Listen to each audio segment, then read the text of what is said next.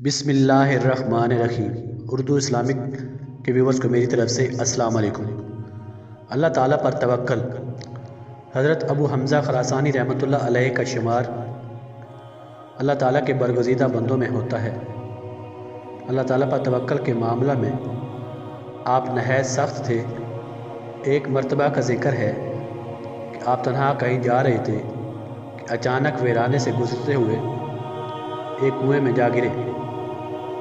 3 دن تک اسی کنویں میں پڑے رہے۔ اتفاق سے ایک قافلہ ادھر آ پہنچا۔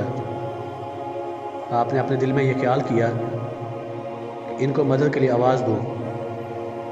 یہ سوچ ہی رہے تھے کہ اپنے دل سے فرمایا، یہ اچھی بات نہیں ہے کہ اپنے پروردگار کے سوا کسی سے مدد مانگی جائے، بلکہ یہ تو اپنے رب تعالیٰ کی شکایت ہے کہ جو کسی غیر سے کی جائے، اس لیے کہ مجھے یہ کہنا پڑے گا کہ مجھے میرے پروردگار نے کنویں میں پھینک دیا ہے اور اب تو مجھے اس کنویں سے نکالو۔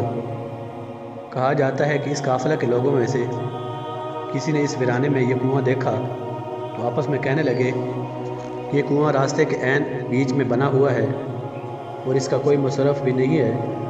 اگر ہم اس کنویں کو بند کر دیں تو ہمیں ثواب حاصل ہوگا۔ اس بات پر تمام قافلے والے متفق ہو گئے۔ حضرت ابو حمزہ خراسانی رحمۃ اللہ فرماتے ہیں کہ ان لوگوں کی آوازیں مجھے کنویں میں صاف سنائی دے رہی تھی اور مجھے کوئی پریشانی اور بے چینی محسوس ہوئی اور میں یہ مایوس ہو گیا۔ اسی اثنا میں ان لوگوں نے کنویں کا منہ بند کرنا شروع کر دیا اور تھوڑی دیر میں ہی سارا کنواں پاڑ دیا اور پھر وہ چلے گئے۔ اب مجھے یقین ہو چکا کہ میری موت کا وقت آ گیا ہے۔ میں اس بند کنویں میں بیٹھ کر اللہ تعالیٰ کے حضور مناجات میں مشغول ہو گیا۔ میں تمام مخلوق سے نا امید ہو چکا تھا۔ میں نے اپنے رب کی رضا اسی میں سمجھی اور اپنی جان دینے کے لیے تیار ہو گیا تھا۔ حتیٰ کہ شام کا وقت اندھیرا پھیلنے لگا، مجھے کنویں کے اوپر ہلکی سی آہٹ محسوس ہوئی۔ ایسا لگ رہا تھا کہ کوئی کنویں کی چھت کو کھول رہا ہے۔ تھوڑا سا غور کیا تو معلوم ہوا ایک سانپ کی طرح کوئی جانور ہے اور اس نے اپنی دم کنویں کے اندر لٹکا رکھی ہے۔ میں سمجھ گیا کہ اللہ تعالیٰ کی طرف سے مدد آن پہنچی ہے اور اس کنویں سے میری نجات اس جانور کے ذریعے سے مقرر ہوئی ہے۔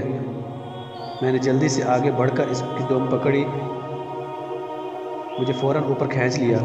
جب میں باہر نکلا تو مجھے غیب سے ایک ندا سنائی دی، اے ابو حمزہ، تیری نجات بڑی اچھی نجات ہے، کیونکہ تجھے ایک بڑی ہلاکت کے بعد نجات ملی ہے۔